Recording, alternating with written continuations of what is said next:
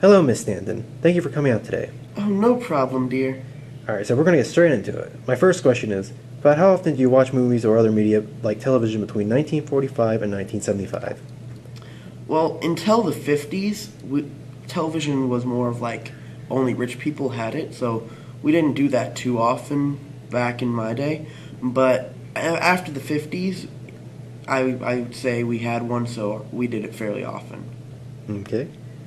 How would you say media affected other people's perception of others? Well, media affects everything you hear about. It's how you get your source of information. And civil rights it was coming along a lot better then than it was earlier. Like, when I was a kid, we didn't really have any black friends. Everything was segregated. We accepted it because we grew up that way. That's how we were taught. Same with the Mexicans. See, restaurants and bathrooms, they were all segregated. It's crazy to think about it now, but media has a strong effect on everything. It always has, from newspaper to TV, especially nowadays. I see. So how would you sum up the civil rights movement? It's a very good thing. So it was hard to get started, but back in, but Martin Luther King, he really helped further it a lot. But it took a long time for it to get going. Mexicans had it bad too. Nowadays, it's been overdone because now we are a lot better off. But now we're doing protests and such instead of just talking about the important issues. I see. So what role or impact did the media play on the civil rights movement?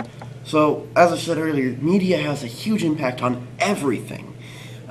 So, good or bad, they do overdo it. So, if it's a really good thing, they're going to way overdo it. Even if it's not that great, they're going to, way overdo it, blow it out of proportion, including the civil rights movement. So, it had a strong impact on it, although it was exaggerated.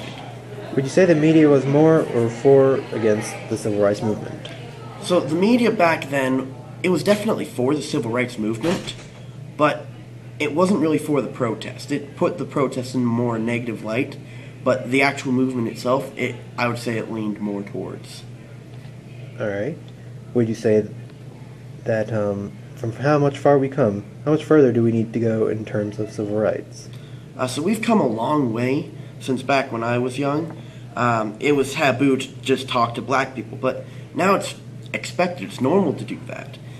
Though people think though we have a lot more to go, people will think, and now they're doing like criminal protests and doing all these crimes to try and show that, they say it's in the name of civil rights, and I don't really see it that way. It's sad to see people committing crimes in the name of civil rights. Media is a wonderful thing, and the world has changed so much because of it. Things that we didn't accept long ago, good or bad, are accepted today, whether it be, associating with black people, wonderful thing, or if it's like profane language in movies. Like, I remember back when Gone with the Wind came out, and they said the word damn, and it was extremely shocking to everyone. But nowadays, you see it all the time in everything. If a movie doesn't have it, it's rare. So, yeah. Well, that's all the time we have for you, Miss Stanton, and I'd like to thank you for coming out. Thanks for having me.